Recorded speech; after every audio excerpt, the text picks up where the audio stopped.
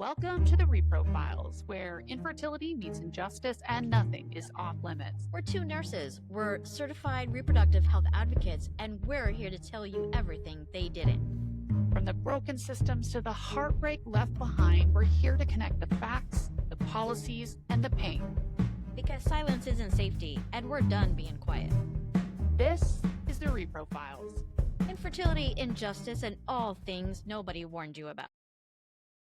Hello. Welcome back to the Repro Files podcast, Infertility, Injustice, and all the things no one warned you about. My Lord, this week we are talking about something that feels like straight up satire. It's totally real, but when I read this, I thought this can't be real. The government of France recently sent letters to its citizens under 29, encouraging them to check notes. Have children? Yes, official government correspondence to remind you your ovaries are on a timeline like we didn't already know that. My God, help us. Yeah, that's right. And it's not just to women, it's to the men and women. It's for both, telling them, hey, you need to have some babies now. And in my head, when I heard about this story, I was kind of like imagining like an Inspector Clouseau type of character standing next to the Eiffel Tower, tapping on his watch, going, time is a ticking, time is a ticking. That's how my first reaction to the story. Yeah, I mean, that panic is really fascinating because, first let me say that the panic being that of the government, right? Because obviously, we don't know like a ton of what's behind this, but I would think, you and I would think, and maybe it's because we're professionals in this field, but instead of asking why people are delaying having children, they're instead just asking them why they're not complying. So the letter, yes, being sent to 29-year-olds, men and women, it feels like a movie title, like 29-year-olds have babies today. I don't know. But so feels like good news in some ways, I guess, that the government is aware. It reminds women. So this is the strange part. It reminds them like an afterthought that they're able to have their eggs frozen without like medical certification at age 29. Oh, France actually does cover the cost of elective egg freezing for women between 29 and 37. So was that the outright part of the letter or was that like the afterthought? I don't know. Yeah, but I take on the fact that I imagine myself as a 28-year-old person who had a miscarriage at age 28, opening up a letter and telling me that I need to get a move on to have a baby. And I'm pretty sure that letter probably would have sent me spiraling. Without a doubt. And definitely impacted the way that I was able to heal through that process. Yeah, no, I mean, even reimagine, right? I just went through IVF and it failed. And I'm going to open a letter and I'm going to say, basically, we don't typically use swear words on the show, so I'll figure a way around it. But no beep, Sherlock. Yes, I know. I know my ovaries are dying a slow death day over day. I am painfully aware of the fact that time is a ticking. So I can understand wanting to remind citizens as a matter of public health that as their citizens, they have access to elective egg freezing. But the problem is just blanket sending it to all 28-year-olds. Like, I even think about what if I had a severely developmentally disabled adult daughter and I got that letter for her and I would have just been like torn it up and thrown it in the trash. Because that's the problem, right? It's not, let's get this information out to the people in the right way. So maybe through OBGYNs or through other means, but to just blanket send a letter to all 29-year-old people being like, hey, have babies. Ugh. Yeah, doesn't Didn't land well. does not land well at all. Also, another way that we could be teaching about fertility in our sex ed from when people are younger, right? Fertility is not even mentioned in sex ed. It's not part of a comprehensive sex ed, definitely not in this country.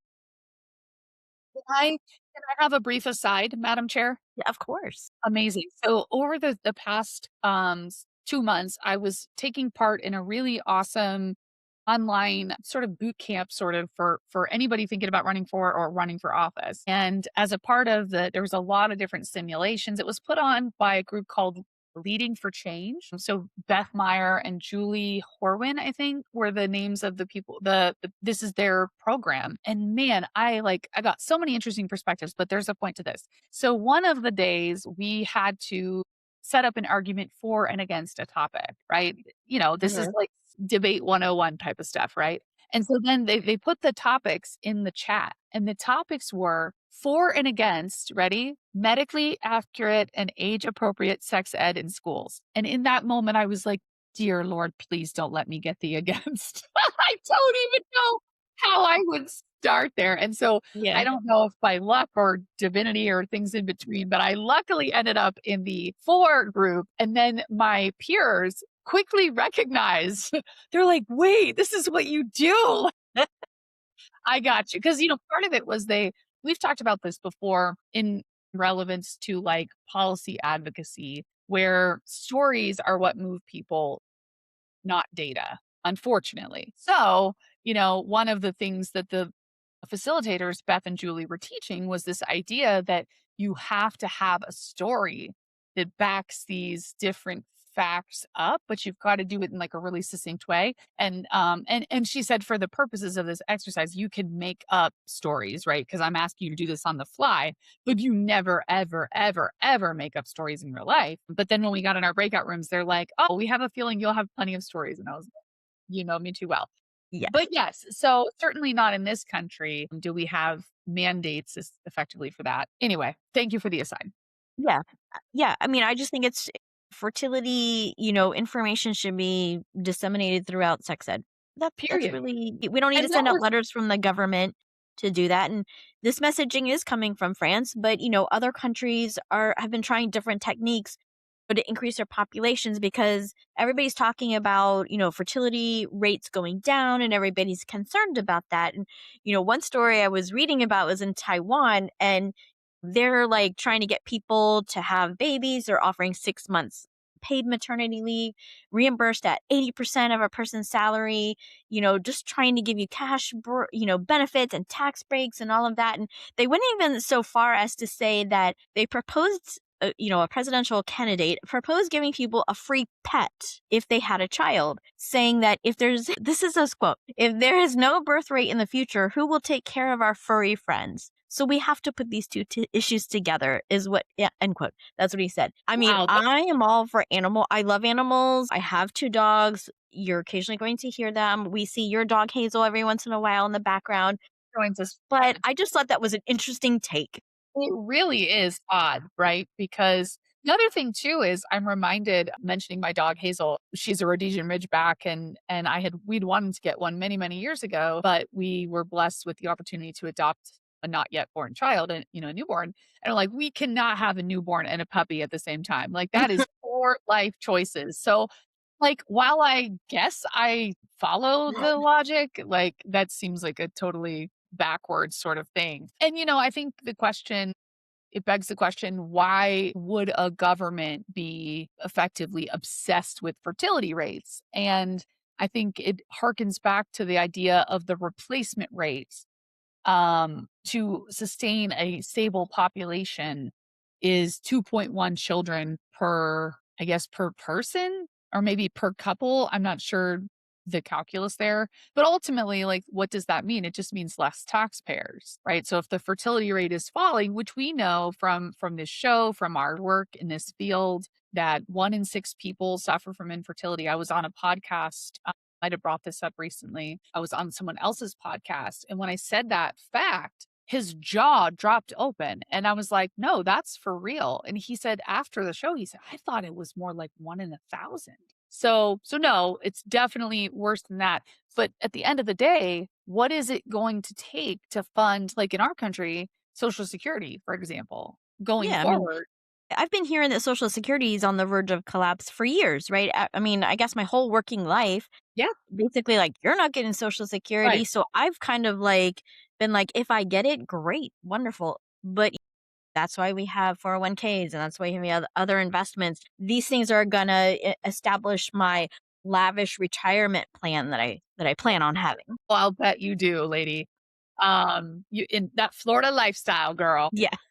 No, I mean, you notice something here? This is interesting, right? Even when, because I don't know what the financial lift was for France to send this letter out to all their 29-year-old people. But even when governments throw money at something, the fertility rates really barely budge. And that is because of something so much deeper, which we're going to talk about today more. And that is fertility decisions are not simply financial, they are existential, truly. So maybe there are reasons that younger people aren't having babies when they're younger. And why not understand that as opposed to just being like, have more babies, right? So, UK, one study in the UK, I can't recall the date. If anybody's curious, write us, we'll tell you.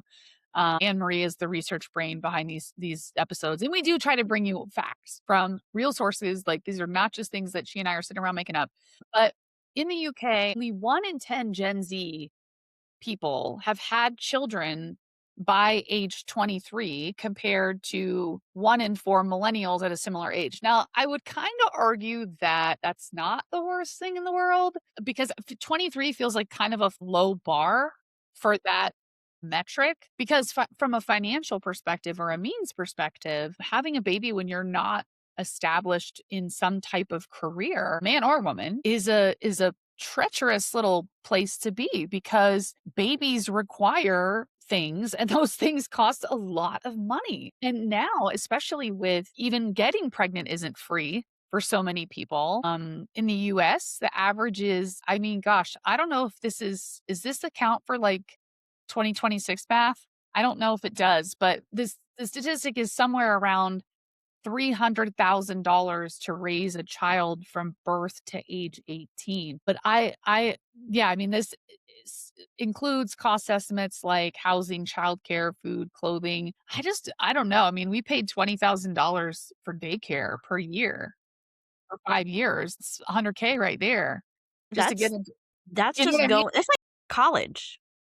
It's insane, right? And not every household can be a single earner household. So we shouldn't expect that all households can do this because the US Department of Health and Human Services, which God, I don't know if I don't know. But according to their statistics, childcare is considered affordable if it costs no more than 7% of a family's income. 7% is a lot. And there's no state, not even one, where the average cost of infant childcare is within the threshold for families earning that like local median income.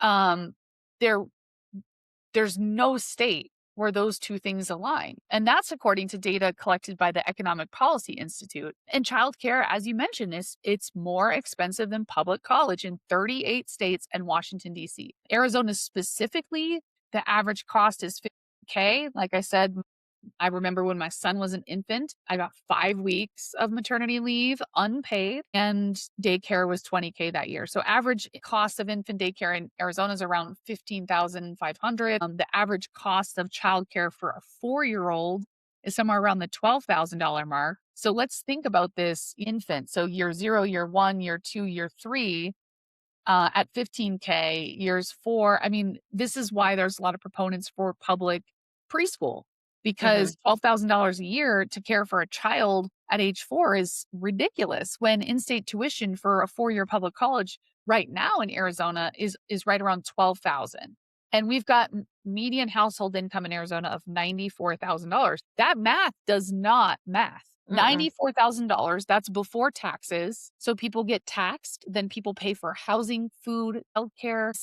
This is part of the reason why people aren't having babies. So instead of have more babies, ask the question, why not? Why are you not? And then you get Mhm. to the answers. And one of them is this: the math doesn't math. Math and doesn't math. What's it? Yeah. What are those stats in Florida? What are like those average stats in So, okay, so the average annual cost of infant care, so like you said, your 0 to 3-year-olds, $13,000. A 4-year-old, average annual cost of childcare is 9,500. I wouldn't have thought it Now, was I in-state would have thought Florida was more expensive than Arizona. right? Interesting. Me too. I also thought that too. Uh, In-state tuition for a 4-year public college. Now, I saw the statistics as $4,600 and I kinda laughed because, um I had a child go through a 4-year public college and, yes, she had scholarships and things like that, but I thought that was kind of on the low end, but hey, I come from the time when it cost me, what, $50 a credit hour to go to school, in college, but our median family income right now is $92,000, a little over Well, that's really $92,000. interesting because our median household incomes in both of our states are right around the same, off by like 2K. Yeah.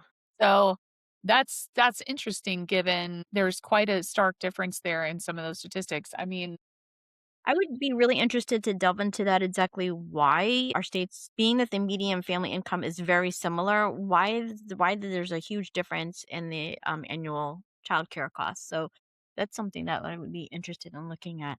So we look at our states because we like to talk about our states a lot.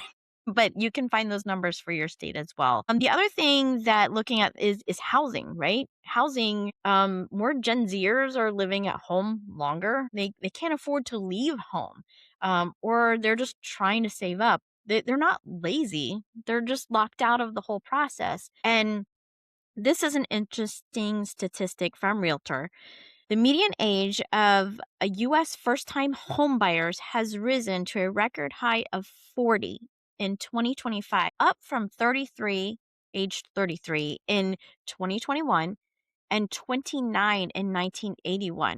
This is being driven by high home prices, rising mortgage rates, limited inventory. That those numbers are really kind of crazy. I have I have two children who are Gen Zers, and I'm like, how are they ever going to buy a house? I have no idea. I don't know no, because if how you that's just even look at how that's even gonna wages, work. yeah, just do the math with average wages, no? Mhm. Like, it does not add up. And speaking of wages, the other thing that, people need to consider when they're just telling people, "Oh, just have babies, please have babies when you're younger." There's an unstable job market happening right now. We're in a very precarious market. Not many people are hiring entry-level jobs. I know because I had one. It took 6 months to find a job after college graduation. AI is impacting chances for jobs in the entry level right now. AI is a big buzzword now. Everybody's talking about it. Everybody wants to be on board on that. And people are really not hiring for those entry level positions. And I try not to be the type of person who's kind of like, oh my gosh, doom and gloom, doom and gloom. I mean, every step of advanced technology that we've had, there are jobs that are still there. Or they create new jobs. I mean, ever since the Industrial Revolution, these fears have been happening like, oh my gosh, machines are going to take over your jobs and no one's going to be able to work. And so I don't want to be the doom and gloom, but right now there is a hesitancy for companies to hire college graduates and they are having a very difficult time finding work or they're working in the service sector. If AI ends up taking jobs, what is our future going to look like? If AI, I've heard from some camps that AI is going to produce this huge economic prosperity. How is all that prosperity going to be distributed to the masses, to everybody? What is tax code going to look like? How are people going to get food, housing, basic necessities? Those are questions I think about. So just telling people, telling young people, have a baby, and then they have a baby. And then they struggle financially. And then the same people that said, just have babies when you're younger. Then they say, why Pull are up you your having babies? bootstraps and stop being lazy. Yeah, something, why did you have a baby? You can't afford a baby. Or you're a welfare queen. These are things that people will say. They'll say one thing, have a baby. And then the next people do have babies. And they're like, well, if you couldn't afford it, why'd you have one? So, I mean, I feel like damned if you do and damned if you don't. Yeah, right? I mean, honestly, it does. It really I noticed some of these things, like, as a child, as a young person growing up, especially in, like, a more economically impoverished situation, and always kind of saw these 2 extremes, right? Like, well, you can't have abortion, but you can't have have welfare either. And you don't have a job, and, and especially today, like you said, like the AI revolution is, we don't know where it's going to go. And as you said, there's other technologies and industries where post revolution, there's still plenty of jobs. But I think that this one is probably, I mean, when I first saw like the Tesla robot, I was like, oh my God.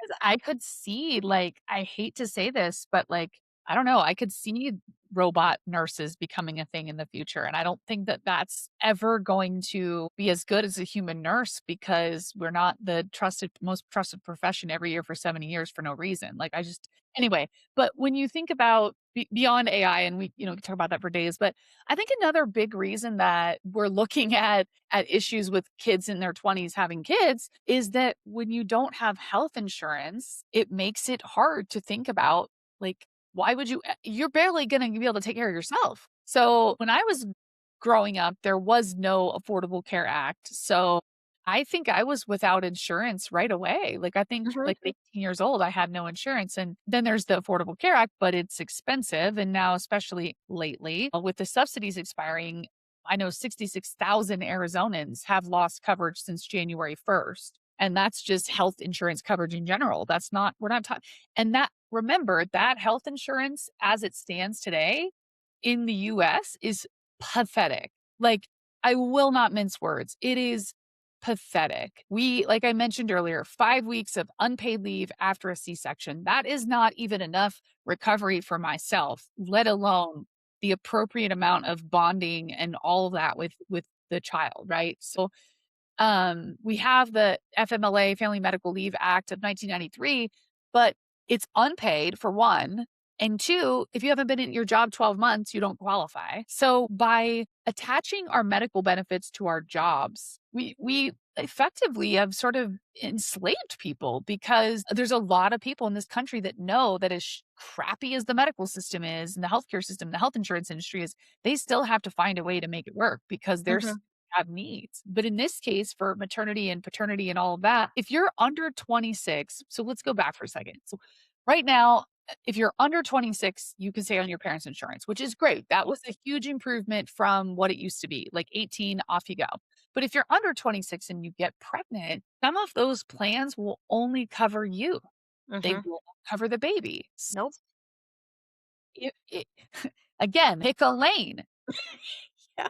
25-year-olds to have a baby, to have babies, to have families, Mhm. then you probably ought to have some sort of coverage for it. And then if you didn't save up your PTO or get some sort of short-term disability insurance, you get nothing, right? Thanks for having a baby, and now we're not gonna help you at all.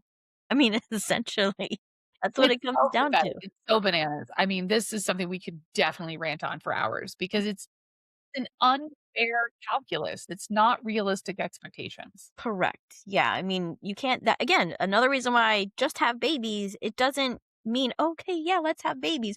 There's so many other things to consider. Going back to FMLA, I think it have to be a company of over 50 people too, right? So, where does that leave, like, entrepreneurs? Small business owners, Small small business business owners. employees. Exactly. So, like Elizabeth said, we could go on days and days and Health days about insurance, that. big problem, big problem. Yes, but the other thing to look at, in addition to what we just talked about is, sometimes young people, 23, 24, they're just not mature enough to have a baby. Some people are. I'm not saying that all of them are not, but some people are just not mature enough. Or maybe they're mature enough to know that they're not ready to have a Yeah, child at that age.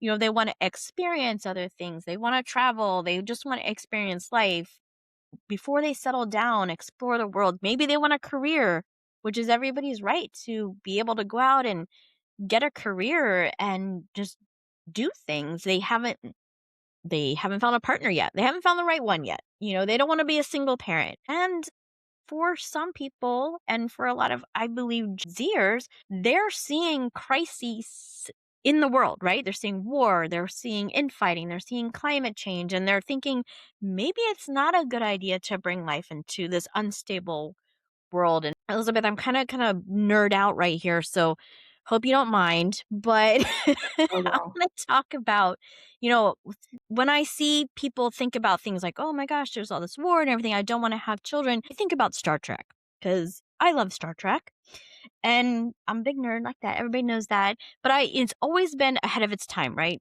Always. They had pagers, cell phones, iPads, AI, all of these things we've seen on Star Trek, the original series, Next Gen, all of that. And I think it's a world that's so technologically advanced. And in the Star Trek universe, money is not the pursuit of humans anymore. In the human world, there is no money. They don't have currency. There are other species that they do have currency, but humans do not have currency. And it reminds me of one of my favorite movies, Star Trek First Contact, when Jean-Luc Picard, played by the wonderful Patrick Stewart, said, "The economics of the future is somewhat different. You see, money doesn't exist in the 24th century. The acquisition of wealth is no longer the driving force in our lives. We work to better ourselves and the rest of humanity." So that's a direct quote from First Contact. And I always think like that's where I always wanted to be. And maybe that's what draws me to Star Trek is it has like this utopian type of world that we want to live in. But in the Star Trek universe, we had to go through some World War III is what was in Star Trek universe before we could get to that advanced civilization. Are we getting close to the timeline of Star Trek? Right. Can't we get to that utopian society before we have to go through all these wars? I don't Yeah. know. Yeah. Just my little side Star Trek thing because I could talk about that all day. Yeah, I mean, you're right. It's there's a lot of different ways that you can look at it, and I think that young people have heard a lot of these things, like some things for years, like generations even, where you're hearing you would hear growing up like the world is overpopulated. People are destroying the earth. The financial struggles that you have to put food on the table for a family are much greater. So when you're younger and you hear all of those things, like, the whole have babies messaging thing is going straight to the trash can icon in their brain. Like, Yeah. delete, report spam. Yeah, absolutely. I don't think that lawmakers, policymakers, leaders telling people, especially younger people, to have more babies is the answer. It's just not that simple. Yeah, I think the corollary, the question that we're demanding instead is what can be done to help create families? So if we think about some of the overarching themes that we discussed as being some of the reasons people are not having babies, then let's go to healthcare reform. Like how are we, this greatest nation on earth, but we can't seem to get healthcare for everybody, where like every other industrialized country on planet Earth can give basic healthcare to their citizens just because they're human. How about this? How about we go from let's stop taking concepts of a plan as solutions and let's follow the lead of other countries. Let's follow the lead of the National Nurses Union that has paved out a very clear path to where we can guarantee healthcare for everybody in this country, right? Like let's take a look in the mirror and get this fixed because it's completely and utterly shameful that we have such extensive wealth in this country, but also in the same country, you're go bankrupt if you get sick or get into an accident just because of who you are, right? I mean, there are stories every single day where people are who have health insurance, by the way, are using GoFundMe. They're literally crowdfunding to not die. Unbelievable. And when you look at the grand scheme of healthcare costs and you see that most of it's going to the insurance companies, like, why are we doing that? Why are we subsidizing socialized care for the rich? And then we look at things like fertility preservation coverage. How about we have the bills like the Protect IVF Act of 2025 that was sponsored by Senator Duckworth, or the Access to Fertility Treatment and Care Act that was sponsored by Rep. DeLauro, or the Veterans Infertility Treatment Act of 2025. I mean, these bills are out there. There are Mhm. people who have proven that these bills will improve the birth rate, and yet, nope, we wanna you know gatekeep that and turn it into a partisan issue. When hey, newsflash, 1 in 6 people have infertility. Not 1 in 6 Republicans, not 1 in 6 Democrats, not 1 in 6 independents, and not 1 in 6 rich people or poor people does not discriminate. 1 in 6, my friends. So maybe if you want people to have more babies, you should try to think about addressing the problem of the day, which is this wildly rising fertility rate. And again, why don't we address some childcare issues? We can look to New Mexico as a state that has led the country on, bringing down costs of childcare for families. So let's co-sponsor bipartisan bills to support subsidies and other means to bring the costs down, because not doing that is just denying reality, right? This is Mhm. not the 1950s, 60s, 70s where people had grandparents that live next door, that are willing to or able to physically care for their children. Our global society, I think that it's not what it once was. Not everybody's parents live down the street. Why don't we look at fixing pay discrepancy? Right? If we know women earn on average 85% of what men earn, according to a Pew Research Center, women are having the baby. Like, it's Mhm. nonsensical, because Mhm. it's denying the reality that in order to have babies, we A, need to address the reasons people are choosing not to have babies.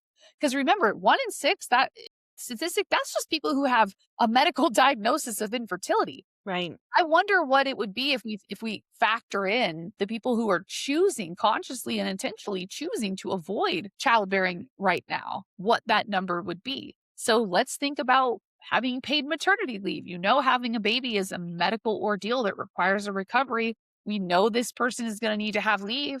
Like, if you pay your people a living wage, you pay them reasonable leave for reasonable things, you have happy workers, happy workplaces. It's really not all that complicated. Mhm. It's complicated when you consider that there's a certain group of people that want to maintain all of the money that comes from different things, as opposed to having it be just fair. Yeah. Yeah. Yeah. And speaking of like the paid maternity, paternity, I just see other countries. I worked at a company once where I worked with many people from South Africa. And they were here in Atlanta. I worked in Atlanta with them. And they were like, "What do you mean maternity leave is unpaid? Yeah. I don't understand." They didn't understand it. They were like, "When I was there and I had my first kid, I had a year off and it was Yeah. paid. It wasn't paid 100%, but it was paid." And they got a whole year off.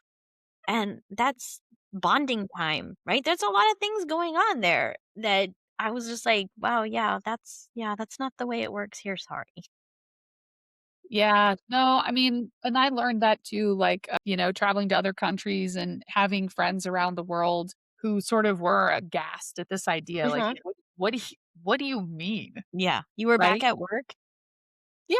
I mean, because we really do. Like, we're such a strange society and this was, we talked about this earlier, so maybe this will sort of bring all of it home. We talked a little bit about like how we were having this conversation about accurate sex ed in schools. So like all of this goes back to education, because if we have medically accurate sex education in schools, people are taught about their fertility the way they're taught about their pulmonary system or their gastric system, and people are given options, like just like when somebody's diabetic, we tell them that here are the options to manage your care based on you and your actual needs. So if you're a type 1 diabetic, we're not like, well, you might want to do your research. You might want to not use insulin. It's just up to you. Like, that's preposterous. If we have Mhm. somebody with type 1 diabetes, we know that the solution is insulin and we don't politicize it.